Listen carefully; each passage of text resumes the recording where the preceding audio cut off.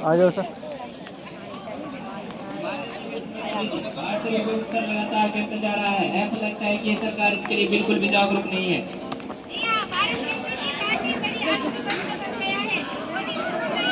भारत एक विश्व शक्ति के रूप में विश्व मानचित्र पर अंकित होगा। देखिए, अब हमारे सामने नेता प्रतिपक्ष में आने वाला है। हम उनसे भी बातचीत करेंगे और आपको संसद भवन की पूरी जानकारी देने का प्रयास करेंगे। आज संसद का पहला दिन है। जी हाँ, लंबे समय के बाद संसद सत्र शुरू हो रहा है। सरकार राष्ट्रीय मुद्दों पर लोगों का ध्यान हटाकर विकास को पीछे छोड़कर अपने कामों से व्यस्त है। आज हम सरकार से देश की बिगड़ती हुई कानूनी व्यवस्थाएं, महंगाई, बेरोजगारी जैसे विभिन्न मुद्दों पर चर्चा करेंगे। आज संसद के पहले सत्र पर सड़क एवं परिवहन मंत्री जी ने मोटरयान संशोधन अधिनियम पर बिल लाए हैं और माननीय वित्त मंत्री ने भारत की एक विश्व शक्ति बनाने की बात की है। वही नेता प्रतिपक्ष ने सरकार को घेरने की बात की है। आइए देखते हैं राष्ट्रीय वरिष्ठ माध्यमिक विद्यालय आकेरा की युवा संसद। धन्यवाद।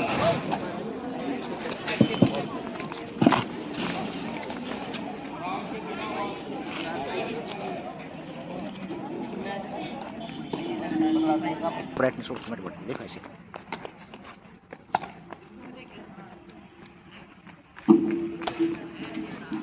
कुछ नहीं दिख रहा सर मुझे इसमें। मेरे को खुद नहीं दिख रहा है।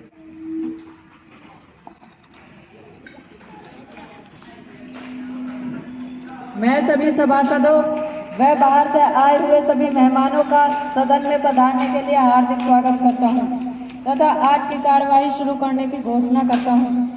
महासचिव जी, नवनिर्वाचित सांसदों को शपथ ग्रहण करवाई जाए। धन्यवाद अध्यक्ष महोदय। मैं गुरुग्राम लोकसभा क्षेत्र से नवनिर्वाचित सांसद नसीम को शपथ ग्रहण करने के लिए आमंत्रित करता हूं।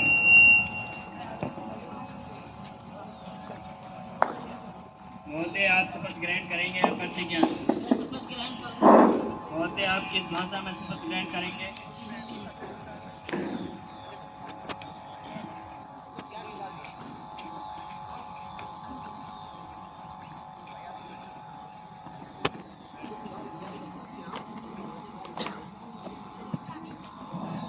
मैं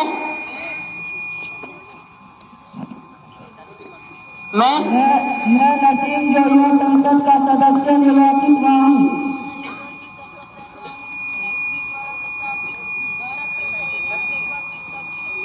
और श्रद्धा निष्ठा रखूंगा। मैं भारत की प्रभुता और अखंडता को बनाए रखूंगा तथा जिस पद को मैं ग्रहण करने वाला हूँ उसके कर्तव्य का श्रद्धापूर्वक निर्वहन करूंगा। धन्यवाद।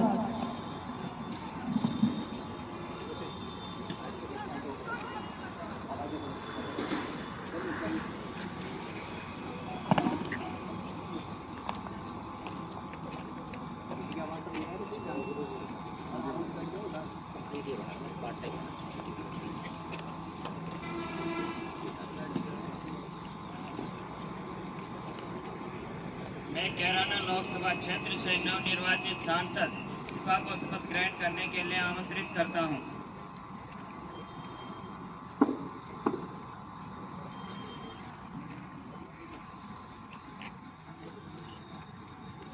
महोदय, आप शपथ ग्रहण करेंगे या प्रतिज्ञा? मैं प्रतिज्ञा करूंगी। महोदय, आप किस भाषा में प्रतिज्ञा करेंगे? In English language.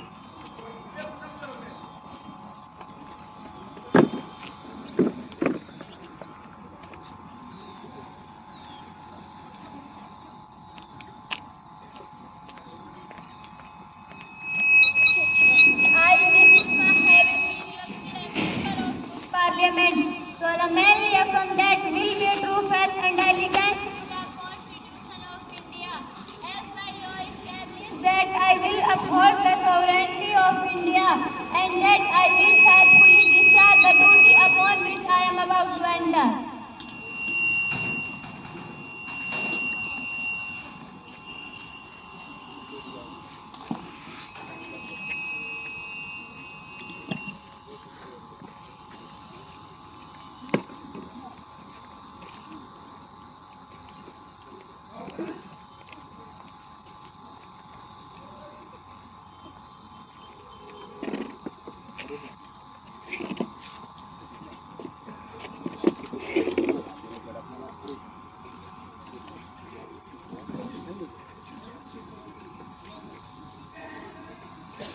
माननीय सदस्यगण, क्योंकि आज हम शीतकालीन सत्र के प्रारंभ में पहली बार मिल रहे हैं, तो मेरा यह कर्तव्य है कि मैं संसद को श्रीमान मनमोहन सिंह, जो भारत के 13वें प्रधानमंत्री तथा वित्त मंत्री रह चुके हैं, मैं आपको उनके निधन की सूचना देता हूं।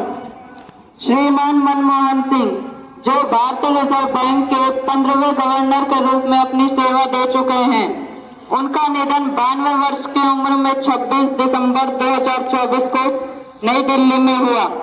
मैं उनके निधन पर गहरी संवेदना प्रकट करता हूं तथा शोक संतप्त परिवार को संकट की घड़ी से उबरने की भगवान से प्रार्थना करता हूं।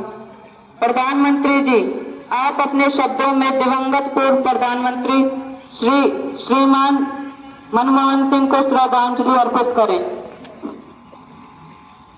अध्यक्ष जी, श्रीमान मनमोहन सिंह जी मधुरभाषी समाजवादी विचारधारा, सबके वे कुशल अर्थशास्त्री थे। उन्होंने 1991 में नए आर्थिक सुधारों में अहम भूमिका निभाई थी। मैं व्यक्तिगत रूप से उनके निधन पर दुखी हूं तथा समूचे राष्ट्र की ओर से मैं उनके प्रति भावभीनी श्रद्धांजलि अर्पित करता हूं।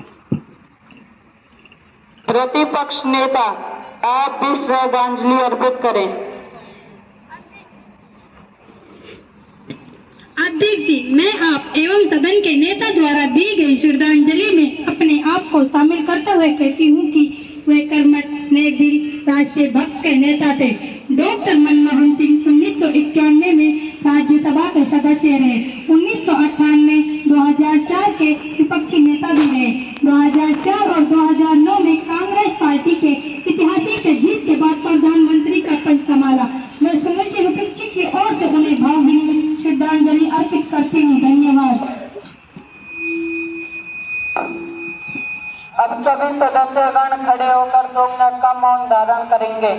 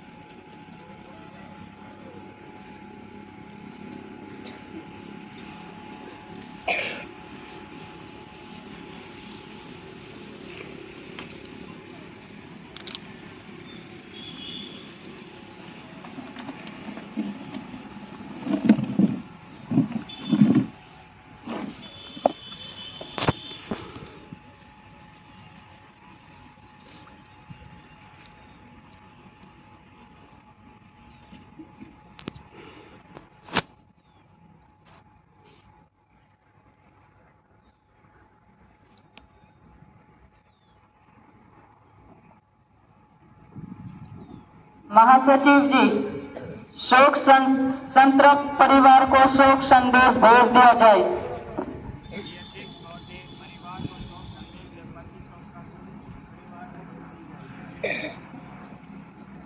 माननीय सभासदों, अब सदन की कार्यवाही शुरू की जाती है। महासचिव जी, प्रश्न सूची व आज का एजेंडा सभासदों में बांटा जाए। बांटा जा रहा है।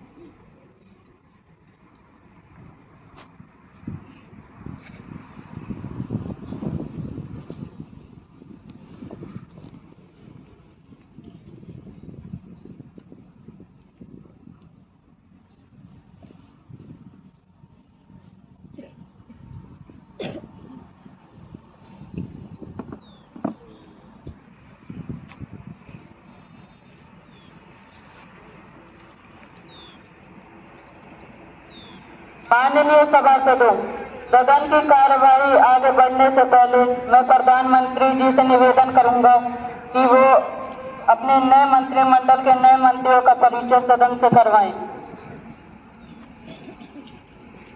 अध्यक्ष महोदय, मैं आपसे और आपके माध्यम से अपने इन साथियों का सदन से परिचय करवाता हूं। गृह मंत्री सहजल, जो गुजरात के गांधीनगर लोकसभा क्षेत्र से सांसद हैं। वित्त मंत्री सहना, जो तमिलनाडु राज्यसभा क्षेत्र से सांसद हैं। नवनियुक्त ऊर्जा, शहरी और विकास मंत्री नेत्रपाल, जो हरियाणा के करनाल लोकसभा क्षेत्र से सांसद हैं। नवनियुक्त कृषि मंत्री व अनुसंधान मंत्री प्रीत सिंह, जो उत्तर प्रदेश के देवरिया लोकसभा क्षेत्र से सांसद हैं।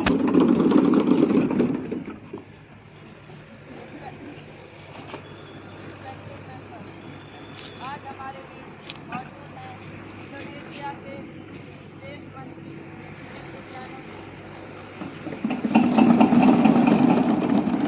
यह हमारे बीच मेहमान के रूप में मौजूद हैं। मैं इनका सदन में पधारने के लिए हार्दिक स्वागत करता हूँ।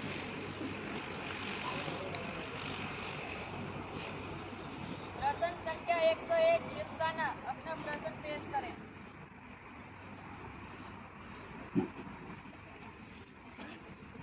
अध्यक्ष महोदय, मैं आपके माध्यम से पूछना चाहती हूँ कि देश में गरीब लोगों के स्वास्थ्य के लिए क्या कदम उठाए जा रहे हैं? स्वास्थ्य एवं परिवार कल्याण मंत्री नेहा, कृपया जवाब दीजिए। माननीय अध्यक्ष महोदय, मैं अपने विपक्षी नेता को ये बता देना चाहती हूँ कि हमारी सरकार ने गरीबी को दूर करने के लिए कई कदम उठाए हैं, जिसमें मिड डे मील योजना, प्रधानमंत्री गरीब कल्याण अन्न योजना, उज्ज्वला योजना और उजाला योजना आदि के तहत देश के 24 करोड़ लोग बहुआयामी गरीबी से बाहर आए। 2013-14 से 2022-23 तक देश में बहुआयामी गरीबी 29.17% से घटकर 11.28% हो गई है। धन्यवाद। प्रश्न संख्या 102 जानिस्ता अपना प्रश्न पेश करें। अध्यक्ष महोदय, माननीय अध्यक्ष महोदय, मंत्री जी द्वारा प्रस्तुत आंकड़े सदन को भ्रमित मंत्री जी द्वारा प्रस्तुत आंकड़े नहीं केवल सदन को भ्रमित करने वाले हैं, बल्कि राष्ट्र तक की है। पिछले 4 वर्ष में युवाओं को दूर करने की जो घटनाएं घटी, उनमें सत्ता पक्ष पर लोगों का जवाब है आत्म मर्यादा के अनुकूल नहीं रहा। 4 जुलाई को घटित शिमला की घटना तथा कठुआ रेप केस की गुड़िया की मौत पर संसद का यह कहना है कि देश में 1-2 रेप तो हो ही जाती है। बात का बताना न बनाइए, लड़कियों को स्मार्टफोन लेकर नहीं घूमना चाहिए, आदि बड़ा बहस करना है। महोदय, मंत्री जी जो दुर्गा शक्ति एक्ट की बात करते हैं, उन्हीं के विधायक पर एक उन्नाव दुष्कर्म कांड का न केवल आरोप लगा, बल्कि दुष्कर्म में पीड़ित उसके परिवार को मरवाने के लिए ट्रक से कार को दुर्घटनाग्रस्त करवा दिया जाता है। हरियाणा में एक कहावत है, जब बाढ़ी खेत को खाने लगे तो बचेगा क्या? यहाँ तो रक्षा की बात कर बैठे हैं, बच्चों की सुरक्षा की बात समझते पड़े हैं। धन्यवाद। महिला एवं बाल कल्याण मंत्री शहरीन, कृपया जवाब दीजिए। माननीय अध्यक्ष महोदय, मेरे सम्मानित साथी द्वारा बेटियों की सुरक्षा में सरकार पर कोताही बरतने के जो आरोप लगाए हैं, वो सरासर गलत है। हमने बेटियों की सुरक्षा में महिला शक्तिकरण के लिए प्रभावी कदम उठाए। हमारी सरकार ने हरियाणा में बेटियों को सुरक्षित शिक्षा प्रदान करने के लिए परिवहन सुविधा दी। 131 रूटों पर विशेष बसों, महिला बसों का परिचालन हो रहा है। उन्नाव दुष्कर्म केस में दोषी विधायक के खिलाफ सीबीआई जांच करवाई जा रही है और उसे पार्टी से बर्खास्त कर दिया गया है। हमारी सरकार पॉक्सो एक्ट की धारा 363, 366 में 354 को और कड़ा करने पर विचार कर रही है। महोदय, विपक्ष का इस मुद्दे पर चिंता करना तो सही लगता है, लेकिन दुर्भावना के साथ सरकार को कटघरे में लाना ठीक नहीं। इस मामले में विपक्ष को सकारात्मक भूमिका निभानी चाहिए। धन्यवाद। प्रश्न संख्या 103 शिफा अपना प्रश्न पेश करें।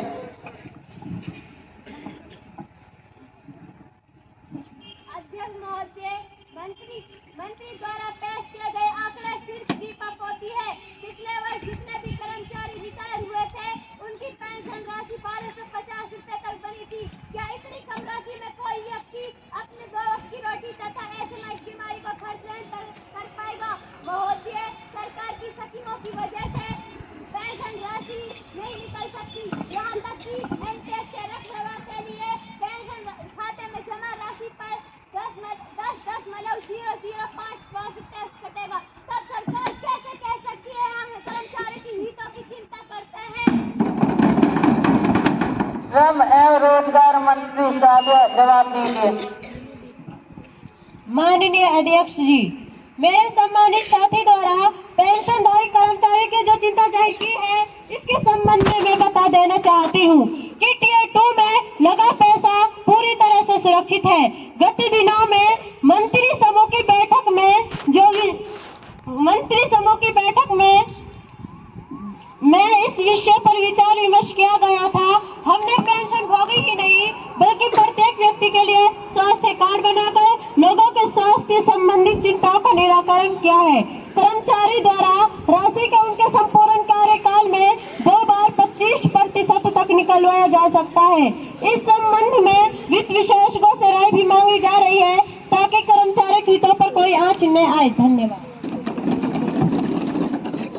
प्रश्न संख्या 104 नीरज अपना प्रश्न पेश करें। श्रीमान अध्यक्ष जी, क्या सरकार इस बात से अवगत है कि डॉलर के मुकाबले भारतीय रुपये का मूल्य लगातार जारी है और यह गिरकर $30.86.55 हो गया है, यानी कि $1 के बदले अब हमें 86.55 रुपए खर्च करने होंगे।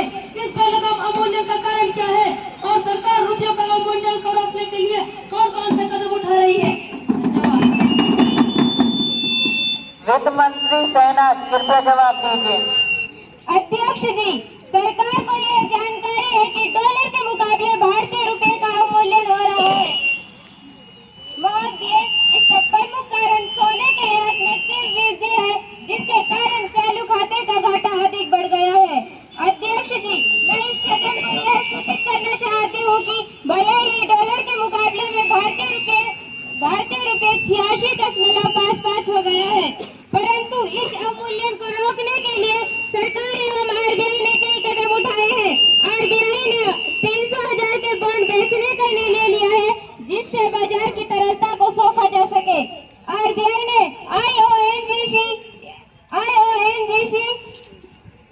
आईओसी इत्यादि विदेशी परिसंपत्ति की खरीदारी नहीं कर पाएगी। सरकार एनआरआई बॉन्ड लाने पर भी विचार कर रही है कि आने वाले समय में इस पर भारतीय रुपये के अवमूल्यन पर नियंत्रण कर लिया जाएगा। क्या महोदय आप ये कहना चाहते हैं कि अर्थव्यवस्था को भगवान भरोसे छोड़ दिया जाए? अगर अर्थव्यवस्था को भगवान भरोसे छोड़ दिया जाए तो सरकार इस्तीफा दे। माननीय सभासदों, सदन की गरिमा को बनाए रखें और आप कृपया करके बैठ जाइए। अध्यक्ष जी, जहां दुनिया भर के देशों से निवेशकों का भरोसा कम हो रहा है, वहीं अर्थव्यवस्था विकास की नई ऊंचाइयां छू रही है। India is the best largest economy of the world and home of 100 as unicorn मेज ऑफ 2023। अध्यक्ष जी, इससे यह पता चलता है कि निवेशकों का भरोसा भारतीय बाजार की ओर लौट रहा है, जिससे भारतीय अर्थव्यवस्था की जल्दी पटरी पर आने की संभावना है। धन्यवाद।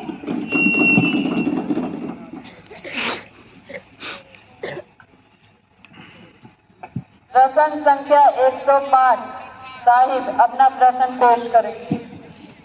अध्यक्ष महोदय, मैं ये जानना चाहता हूँ कि क्या खाद्य एवं कृषि मंत्री इस बात से अवगत है कि प्याज, टमाटर और अदरक के मूल्यों में बहुत वृद्धि हो रही है? इस स्थिति को मैं चंद पंक्तियों में बयां करना चाहूंगा। भूख, महंगाई और गरीबी इस मुझसे कर रही थी। भूख, महंगाई और गरीबी इस मुझसे कर रही थी। एक होती तो निभाता तीनों मुझसे मर रही थी।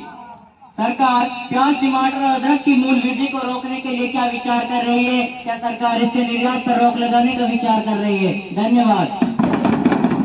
खाद्य मंत्री कपिल कृपया जवाब दीजिए। माना कि तेरे दीद के काबिल नहीं हूँ मैं, माना कि तेरे दीद के काबिल नहीं हूँ मैं, तू मेरा शौक देख, मेरा इंतजार देख। ये जो विपक्षी दल चुप्पी साधे। माननीय महोदय, आप कृपया करके बैठ जाइए, आपको बोलने का मौका दिया जाएगा। ये जो विपक्षी दल चुप्पी साधे बैठा है, आंखों पर गांधारी जैसी पट्टी बांध बैठा है, इसलिए अब चौराहों पर सपर्द खोलूंगा मैं, चाहे सूली पर टंग जाऊं, मन का सच बोलूंगा मैं। होना हो यह जमाखोर तुम्हारे हैं, होना हो यह जमाखोर तुम्हारे हैं, या तो कोष तुम्हारा है या रिश्तेदार तुम्हारे हैं। अध्यक्ष जी, टमाटर, प्याज और अदरक के मूल्य में हो रही वृद्धि की जानकारी सरकार को है। सरकार इनकी कीमतों पर नियंत्रण के लिए कई प्रकार के उपाय भी कर रही है। जमाखोरों के खिलाफ लगातार छापेमारी की कार्यवाही जारी है। सरकार टमाटर, प्याज व अदरक के आयात के संबंध में बांग्लादेश सरकार के संपर्क में भी है। धन्यवाद। प्रश्न संख्या 106 शाहरुख अपना प्रश्न पेश करें। उत्तर भारत में धुएं की चादर ओढ़ी हुई है। हर सांस के साथ न जाने कितना धुआं हम अपने अंदर ले जाते हैं। प्रदूषण फैलाने का आरोप बेचारे किसानों पर मंड दिया जाता है। आप ही की तो बात मानते हैं। उत्तर भारत में परालू प्रबंधन पर आपकी सरकार ने क्या कदम उठाया है? विद्यालयों की परीक्षा सरकारी विद्यालयों की छुट्टियां करना कई समस्या का समाधान है। वन एवं पर्यावरण मंत्री महिमा कृपया जवाब दीजिए। अध्यक्ष महोदय जी, प्रधानमंत्री वन जीवन योजना के तहत इंडियन ऑयल कॉर्पोरेशन द्वारा हरियाणा के पानीपत में 2G ईंधन ऑयल परियोजना स्थापित की जा रही है, जिसमें प्रति वर्ष 2 लाख मेट्रिक टन धान की प्रणाली का उपयोग होने की उम्मीद है। SPCS द्वारा भटिंडा में एक और ईंधन ऑयल परियोजना स्थापित की जा रही है। CPC में प्रणाली चलाने के संबंध में निगरानी और कार्रवाई को तेज करने के लिए पंजाब के 16 जिले और हरियाणा के 10 जिलों में कुल 26 जिलों को तैनात किया है। इन टीमों राज्य सरकार द्वारा जिला स्तर पर तैनात अधिकारियों के साथ मिलकर एनसीआर व आसपास के क्षेत्रों में सीखों को रिपोर्ट दी है। धन्यवाद। प्रश्न संख्या 107 आरती अपना प्रश्न पेश करें। माननीय अध्यक्ष जी, सदन में चर्चा के माध्यम से इस देश के आम हवाई यात्री का 10 करना चाहूंगी। सत्ता पक्ष का वादा था कि हवाई चप्पल वाला आदमी हवाई यात्रा अफोर्ड कर सकता है, लेकिन ऐसा बिल्कुल भी नहीं है। और ऐसा क्यों है कि एक ही दिन 100 विभिन्न एयरलाइन का किराया अलग अलग है? धन्यवाद। नागरिक उड्डयन मंत्री मिथिलेश कृपया जवाब दीजिए। अध्यक्ष महोदय जी, मेरे साथी का सवाल एक हद तक जायज है। विभिन्न एयरलाइंस के किराए में विभिन्न एयरलाइंस द्वारा प्रदान की जाने वाली सुविधाओं पर निर्भर होता है। उड़ान का समय भी यह निर्धारित करता है कि प्राइम टाइम पर उड़ान भरने वाले विमानों का किराया अलग अलग हो सकता है। यह विषय उड्डयन विभाग की जानकारी में है तथा इसमें सुधार किए जा रहे हैं। धन्यवाद। अर्पीना जी, एनी सप्लीमेंट्री क्वेश्चन? जी अध्यक्ष जी, क्या माननीय मंत्री यह बताने की कृपया करेंगे आकर्षक पर्यटन शटल वाले घरेलू द्वीपों तक हवाई यात्रा को शुल्क बनाने के लिए क्या पहल की गई है? अध्यक्ष महोदय जी, मैं विपक्ष को यह बताना चाहती हूँ कि उड़ान योजना के तहत विशेष प्रावधान किए गए हैं, जिनमें पहाड़ी राज्यों और अंडमान निकोबार द्वीप समूह और लक्षद्वीप शामिल है। अंडमान निकोबार द्वीप समूह और लक्षद्वीप में निम्नलिखित हवाई अड्डों का विकास किया जा रहा है। शिवपुर का निकोबार कावट्टी शामिल है। धन्यवाद। माननीय सभासदों, अब प्रश्न काल समाप्त होता है तथा शून्य काल आरंभ। अध्यक्ष महोदय, भारतीय रेलवे एशिया का सबसे बड़ा रेल नेटवर्क है, लेकिन धीरे धीरे रेल नेटवर्क को निजी हाथों में सौंपे जाने की तैयारी चल रही है। अभी हाल ही के में 23 रेलवे स्टेशनों को निजी हाथों में सौंप दिया गया है। भोपाल स्थित हबीबगंज रेलवे स्टेशनों को निजी नीलामी को सौंप दिया गया है। भारतीय रेलवे की कार से सेवा अमेजन इंडिया को हाथों में दे दिया है। 55 वर्ष की उम्र पूरी करने वाले कर्मचारियों को जबरदस्ती रिटायरमेंट दी जा रही है। ऐसा करने से बेरोजगारी की फौज खड़ी हो जाएगी। क्या सरकार ऐसे ही रोजगार मुहैया करवाएगी? सरकार रोजगार देने की बजाय सरकार तो रोजगार छीन रही है। धन्यवाद। माननीय महोदय, मैं अपने विपक्षी साथी को बताना चाहती हूँ कि ग्लोबलाइजेशन के दौर में विधि सक्रिय सुविधाएं देकर ही विदेशी निवेश को भारत में लाया जा सकता है। नई नई कंपनियां आएंगी तो लोगों को रोजगार मिलेगा। रेलवे के कुछ स्टेशनों को निजी हाथों में सौंपने से यहाँ साफ सफाई तो बेहतर रहेगी, साथ ही यहाँ यात्रियों को विधि सक्रिय सुविधाएं भी उपलब्ध करवाई जाएंगी। अमेजन इंडिया को सिर्फ 2.5 टन तक के पार्सल की अनुमति दी गई है। बाकी प्रबंधन इंडिया रेलवे के हाथों में होगा। रेलवे प्रबंधन में युवाओं को मौका देने के लिए स्वैच्छिक रिटायरमेंट दी जा रही है। ऐसा करने से नागरिकों के लिए रोजगार के नए अवसर पैदा होंगे। धन्यवाद। माननीय सभासदों, अब शून्य काल समाप्त होता है तथा अब हम ध्यान आकर्षण प्रस्ताव पर चर्चा करेंगे। माननीय अध्यक्ष महोदय, मैं आपके माध्यम से सदन का ध्यान हाल ही में देश के घटित किसानों की दुर्दशा की ओर दिलाना चाहती हूँ। महोदय, भारत गांव का देश है, इसकी आत्मा गांव में और किसानों में बसती है। 60 से 70% जनसंख्या प्रत्यक्ष व अप्रत्यक्ष रूप से कृषि पर निर्भर करती है। स्वतंत्रता प्राप्ति के 77 वर्ष बाद भी दिन रात मेहनत करने के बाद भी किसान अपने बच्चों का पेट ठीक प्रकार से नहीं भर पाता। उनकी हालत बद से बदतर होती जा रही है। जमीन के मुआवजे में देरी से महाराष्ट्र, हरियाणा, पंजाब आदि राज्यों में अनेक किसानों ने आत्महत्या कर ली, जो कि प्रगतिशील राष्ट्र के माथे पर कलंक है।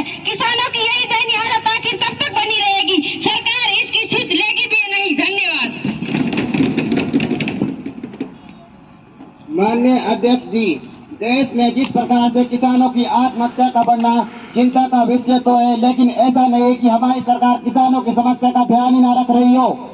हमारी सरकार द्वारा किसानों के लिए सख्त प्रयास किए गए हैं, जिनके उत्साहजनक व सकारात्मक परिणाम दिखने लगे हैं। राष्ट्रीय किसान को आयोग का भी गठन किया गया है। किसानों को मौसम की मार से बचाने के लिए फसल बीमा योजना की शुरुआत की गई है। किसानों के कल्याण हेतु 1.52 लाख करोड़ बजटीय प्रावधान इस बजट में किया गया है। किसान सम्मान निधि योजना के तहत देश के प्रत्येक किसानों को 6,000 रुपए मिलेंगे। इसके अलावा पेंशन योजना लागू करने का भी ऐलान किया गया है। माननीय महोदय, हमारी सरकार जीरो बजट खेती पद्धति पूरे देश में लागू करने का प्रयास करेगी, जिससे किसानों को किसी प्रकार का कर्ज ही न लेना पड़े और हमारी सरकार किसानों को आत्महत्या न करनी पड़े। इसके लिए हमारी सरकार 1 करोड़ किसानों को क्रेडिट कार्ड जारी करेगी। धन्यवाद। मान्यवर महोदय, फसल किसान की रीढ़ होती है। इसके सहारे ही इसके परिवार की नई अपार होती है। बच्चों की शिक्षा से लेकर लड़कियों की शादी तक इस पर निर्भर है। खेती की बढ़ती लागत, कृषि उत्पादों में गिरती कीमतों, मानसून की विफलता तथा ऋण का अत्यधिक बोझ व सरकार की बेरुखी ने अन्नदाता को घुट-घुट कर मरने के लिए मजबूर कर दिया है। अध्यक्ष महोदय, मेरे मंत्री साथी ने फसल को बीमा कहा। हकीकत तो यह है कि फसलों का बीमा तो कर दिया जाता है, लेकिन मुआवजा नहीं मिलता। मुआवजे के समय शर्तें थोपी जाती हैं। किसानों की फसल के लिए भी बीमा आंदोलन करना पड़ता है। महोदय, इसका ताजा उदाहरण मध्य प्रदेश के अशोकनगर जिले में 70% किसानों को जमीन बीमा की हालत। अमीरों के लाखों करोड़ों के कर्ज माफ हो रहे हैं, लेकिन किसानों के कुछ हजारों के लिए जमीन की कुर्की का आदेश सरकार द्वारा किसानों का मौत का इलाज क्यों नहीं किया जा रहा? हम इनकी आमदनी बढ़ाने का स्थायी समाधान क्यों नहीं किया जा रहा? देश को हरित क्रांति का शिरोमणि बनाने वाले अन्नदाता के साथ आखिर ऐसा भेदभाव कब तक चलता रहेगा? धन्यवाद। माननीय महोदय, मेरे उपस्थित के साथी द्वारा जो आरोप लगाए जा रहे हैं सब बेबुनियाद है। फसल बीमा योजना किसानों को प्राकृतिक आपदाओं से बचाने के लिए लागू की गई थी। इसमें खरीफ फसलों के लिए 2% एवं रबी की फसलों के लिए 1.5% प्रीमियम दर का भुगतान करना होता है। पहले प्रीमियम दर पर कैंपिंग का प्रावधान था, अब इसे हटा दिया गया है। इसमें बिना कटौती के पूरी बीमित राशि का दावा मिलेगा, उतना किसी सरकार से नहीं। किसानों को निर्बाध बिजली की आपूर्ति की जा रही है, जिससे वे अपनी फसल पका सके। हमारी सरकार छोटे किसानों को कर्ज माफी पर भी विचार कर रही है। हमारी सरकार द्वारा किसानों की आय बढ़ाने के लिए मधुमक्खी पालन व शहद मिशन पर भी काम शुरू कर दिया गया है। धन्यवाद। माननीय सभासदों, अब हम ध्यान आकर्षण प्रस्ताव पर चर्चा खत्म करते हैं तथा अब विपक्षी शांति साहिब विशेष अधिकार हनन मामला संसद के पटल पर रखें।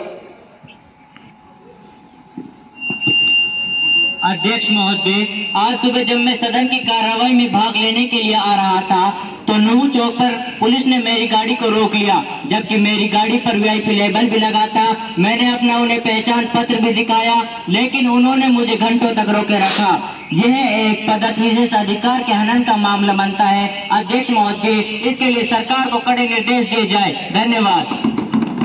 गृह मंत्री जी। अध्यक्ष महोदय, मैं सरकार की तरफ से खेद प्रकट करती हूँ और इनकी शिकायत विशेष अधिकारी हनन समिति और आगामी कार्यवाही के लिए भेज दी जाएगी। दोषी पुलिस अधिकारी विभागीय नियमों के अनुसार कार्यवाही दी जा रही है। धन्यवाद। माननीय महोदय, क्या आप गृह मंत्री जी के उत्तर से संतुष्ट हैं? जी महोदय, मैं मंत्री जी के उत्तर से संतुष्ट हूँ। माननीय सभासदों, अब हम काम रोको प्रस्ताव पर चर्चा करेंगे। महोदय जी, मणिपुर में पिछले साल मई के महीने से शुरू हुई हिंसा रुकने का नाम ही नहीं ले रही है। बीच में कुछ महीनों के लिए शांति तो थी, मगर सितंबर के बाद से वह लगातार हिंसा हो रही है। कुछ लोग इस हिंसा के लिए मैं और कुकी दोनों समुदाय को जिम्मेदार मानते हैं और कुछ लोग म्यांमार और बांग्लादेश में बैठे टेररिस्ट ग्रुप का हाथ देखते हैं और कुछ को अमेरिका पर भी शक है। तो हमारा आपसे सवाल है कि क्या वजह है कि सरकार मणिपुर में 1.5 साल बाद भी मणिपुर की सिचुएशन नॉर्मल क्यों नहीं कर पाई? सब हैरान है। जब सरकार कश्मीर में रातों रात 370 हटाकर उसे मुख्य धारा में जोड़ सकती है, चुने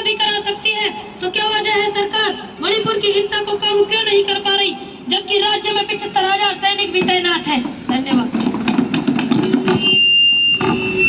आज जब मैं आपके बीच आया हूँ, इस लोकतंत्र के मंदिर में खड़ा हूँ, तब मेरा हृदय पीड़ा से भरा हुआ है, क्रोध से भरा हुआ है। मणिपुर की जो घटना सामने आई है वो किसी भी सभ्य समाज के लिए शर्मसार करने वाली घटना है।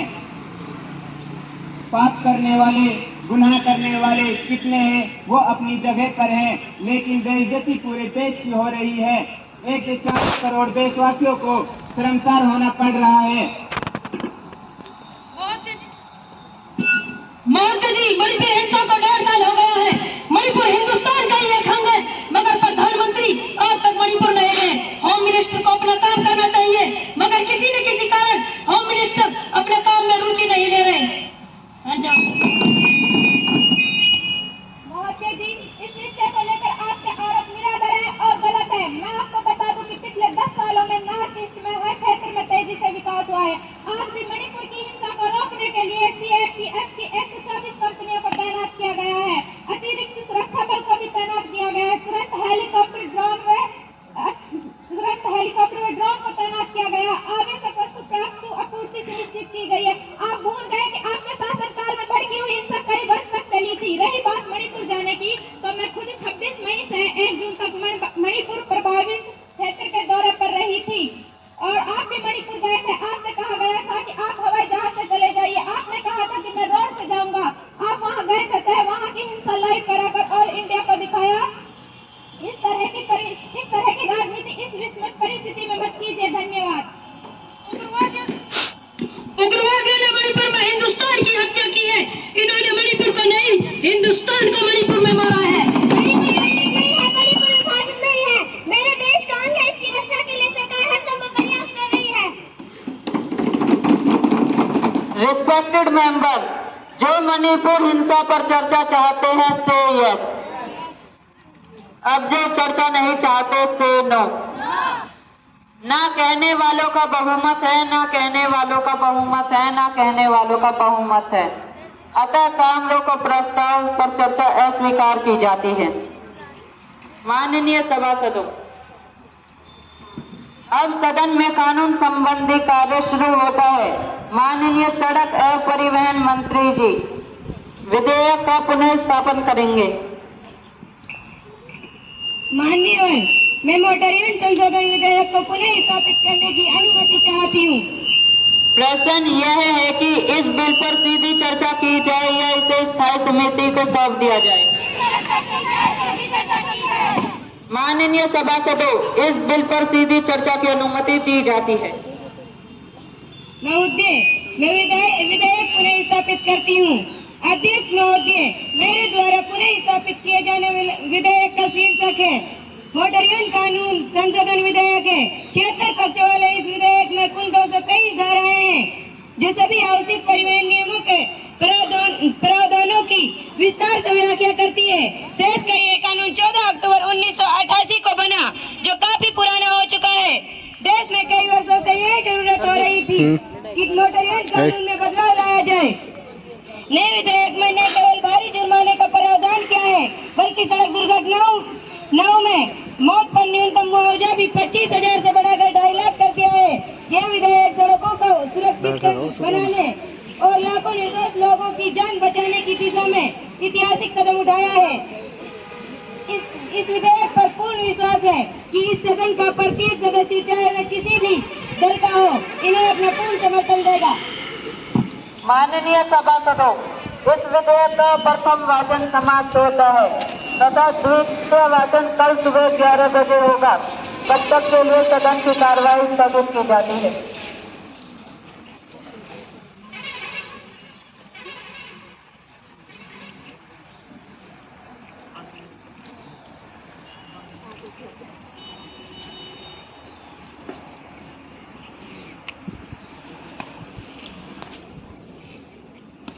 माननीय सभासदों, माननीय अध्यक्ष जी,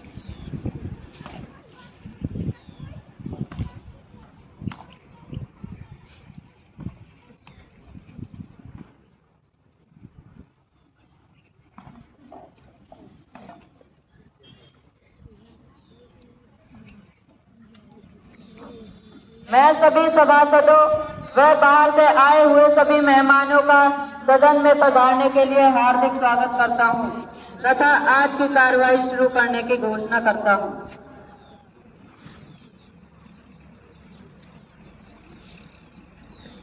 अध्यक्ष महोदय, मैं मोटरयान संशोधन के अधिनियम के द्वितीय वचन को आरंभ करने की अनुमति चाहती हूँ। इस बिल पर सीधी चर्चा का फैसला प्रथम वाचन में हो चुका था, इसलिए अब सदन इसकी प्रत्येक धारा पर विस्तार से चर्चा करेगा। अध्यक्ष महोदय, इस बिल की धारा 4 व 18 में 18 वर्ष से कम उम्र के 18 वर्ष की आयु में वाहन न चलाने का प्रावधान, धारा 5 में ऐसे लोगों के लिए वाहन न चलाने का प्रावधान। आज की बढ़ते वैज्ञानिक युग में आज की युवा पीढ़ी में स्कूल कॉलेजों में जाने के लिए वाहन की आवश्यकता होती है। वे 18 वर्ष तक इंतजार नहीं कर सकते। सरकार ऐसा करके युवा पीढ़ी के सपनों को नष्ट कर रही है। धन्यवाद। माननीय अध्यक्ष महोदय, बच्चे किसी भी राष्ट्र की अमूल्य धरोहर होते हैं। वे देश के भावी कर्णधार होते हैं। यदि उनका खून सड़कों पर बहता रहे, क्या यह जायज है? मैं अपने विपक्षी साथी को बताना चाहती हूँ कि भारत में हर वर्ष 5 लाख सड़क दुर्घटनाएं होती हैं। माननीय महोदय, मैं अपने साथी को सदन के माध्यम से बताना चाहती हूँ कि माता पिता या मालिक के खिलाफ कार्रवाई के डर से नाबालिग बच्चों को वाहन सड़क पर दौड़ने के लिए कम दिया जाएगा। ऐसे होने से न केवल सड़क दुर्घटनाओं में कमी आएगी, बल्कि लोग सड़क जागरूक नियमों के प्रति जागरूक होंगे। मत करो रे। माननीय महोदय, माननीय मंत्री जी द्वारा जो संशोधन बिल पेश किया गया है, उसके कई बिंदुओं पर मुझे आपत्ति है। नंबर 1, बिल में वाहनों के पंजीकरण का अधिकार डीलरों को दिया गया है। इसमें सरकार की डीलरों को लाभ पहुंचाने की मंशा प्रकट होती है। नंबर 2, देश में एक ही व्यक्ति के नाम पर कई लाइसेंस हैं। देश में लगभग 30 लाख बोगस लाइसेंस हैं। आज दिन दुर्घटनाओं का कारण बनते हैं। बिल में ऐसा कुछ नहीं स्पष्ट किया कि इनका समाधान किस प्रकार करेंगे। मेरे विपक्षी द्वारा प्रकट की गई शंकाओं का निवारण करना चाहूंगी। प्रथम, डीलर वाहन का पंजीकरण तो करेंगे, लेकिन क्षेत्रीय परिवहन कार्यालय को इसका शुल्क भी अदा करेंगे। इसमें डीलरों को लाभ पहुंचाने जैसी कोई बात नहीं है। सिर्फ वाहन प्रयोक्ताओं को झंझटों से छुटकारा दिलवाने के लिए ऐसा किया गया है। माननीय महोदय, सरकार तो ऐसे सपने दिखा रही है मानो बिल के पास होते ही सड़क हादसों में कमी आ जाएगी। सड़कों की दुर्दशा ऐसी है कि पता ही नहीं चलता। सड़क में गड्ढे हैं, गड्ढों में सड़क है। सरकार परिवहन की बढ़ोतरी में चिंता तो करती है, लेकिन बढ़ते दिन गड्ढों में चिंता तो करती है। सरकार परिवहन में बढ़ोतरी की चिंता तो करती है, लेकिन दिन प्रतिदिन बढ़ रहा है प्रदूषण की तरफ बिल्कुल भी ध्यान नहीं दिया है। दिनों दिन सरकार के निर्माण में हजारों पेड़ों को काटा जा रहा है। धन्यवाद। मेरे साथी द्वारा पर्यावरण की चिंता करना तो वाजिब है। जो लोग सपने दिखाने की बात कह रहा है, मैं बता देना चाहती